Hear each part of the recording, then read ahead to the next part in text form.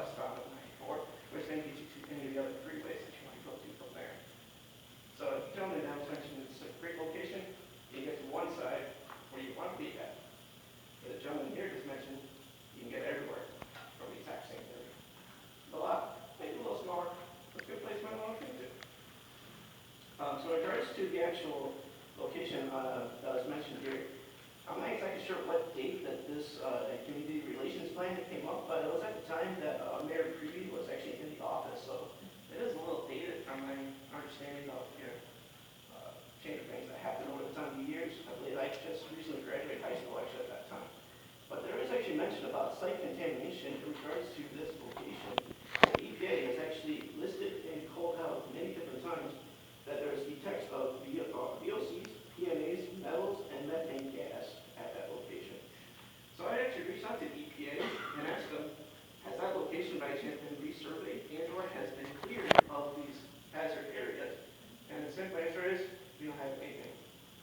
Sorry, don't know. The last study was back when this was done. So my question then back to the council, and if you don't mind me also asking actually individuals, has anybody actually went back and re-looked at that materials list? See if it's still an environmental risk? So right across the street from my mother's address, there's a nice little sign saying environmental risk.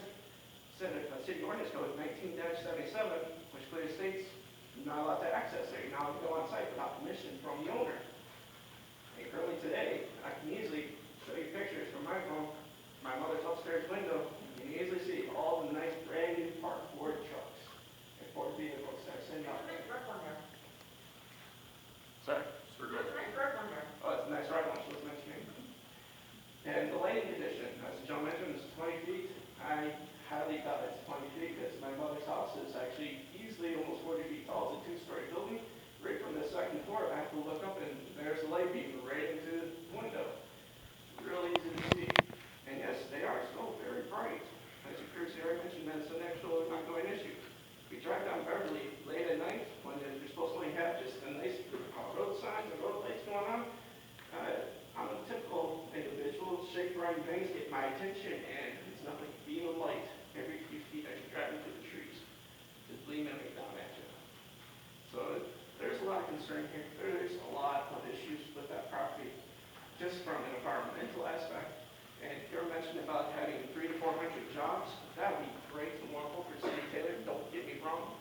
But however, you're also exposing 300 to 400 people to potential environmental risks.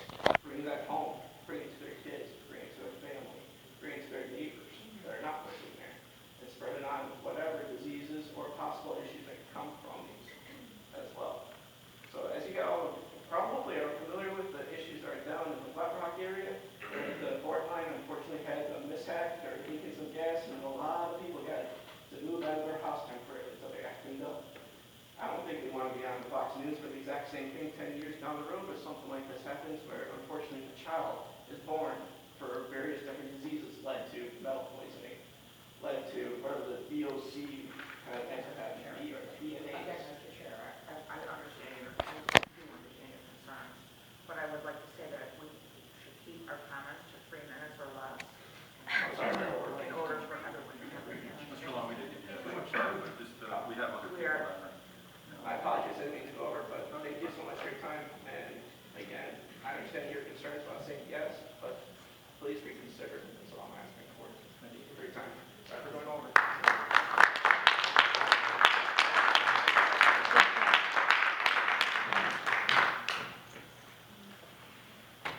Jeff Cohen, 26712 Beverly Road. First, I'll apologize for the collusion statement. It wasn't the appropriate word that I was looking for, but that came out. One of the issues I have, and I'm glad to see that it seems like you did a little bit of due diligence, but what was in that Hazel Park area before they did the redevelopment? Was it city blight that they got rid of and now built that? I didn't mention that there was another similarity between what we have. It was a brownfield property that they had to meet the same sorts of conditions that they would have to meet in Taylor to this state. I don't want to speak too much about all the licensing and approval, but it was another thing that attracted me to try and make a comparison, because like Taylor, trying to do this project near a neighborhood on what at the time was a brownfield property. So I'm glad to hear that you went out and you looked at Hazel Park. At the last meeting, I brought up the fact of green development. Now, we've reached out, we've talked to DEP. That's not something we can talk to DEP about. That's something that the city has to reach out to them. And part of the program that they have is the buyback of the energy then would subsidize low-income communities or residents with their electric bill as a supplement.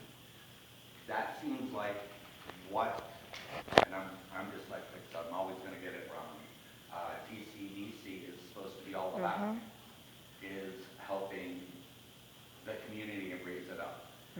We bring back the $300 to $400 or 400 jobs that this city is going to get. They're all going to be minimum wage, low-income jobs. If it was a technology park, and you're looking at uplifting the community with education and training, then you're talking about bringing more income into the community and making Taylor a more stable community, as opposed to people trying to live paycheck to paycheck and getting evicted from their homes because they can't afford their mortgages or their rent. I don't see that this is a benefit to the community. Mr. Chairman, if I respond, can we make sure that I'm not taking it this time? Do you mind if you want me to let you finish?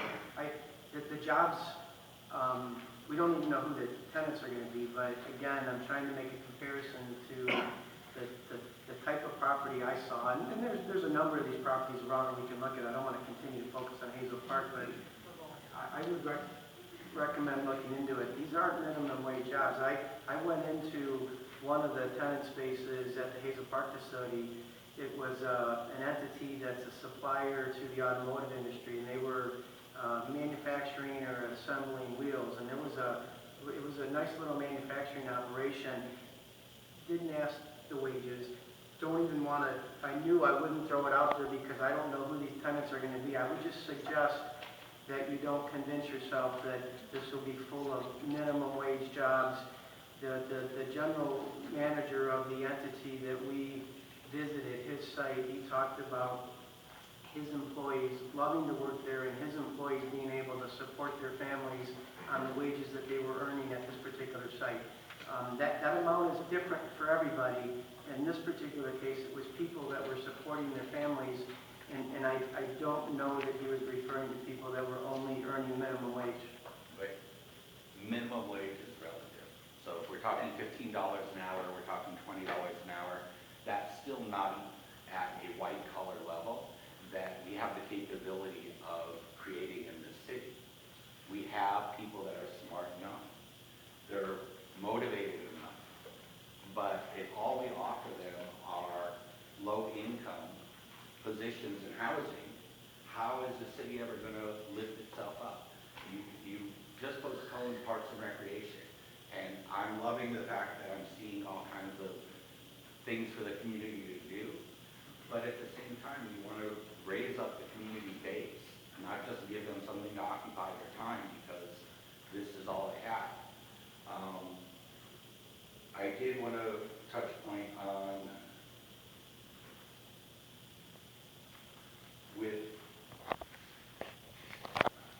I'm sorry, I just lost it. So the conversation was, that we had last time was, has anyone bothered to look into a green solution? Why is this the only solution? When you talk about some of the other sites, you have rail accessibility to the other sites.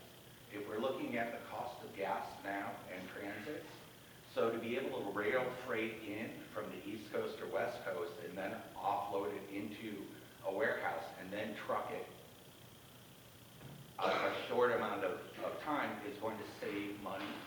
It's also going to save energy.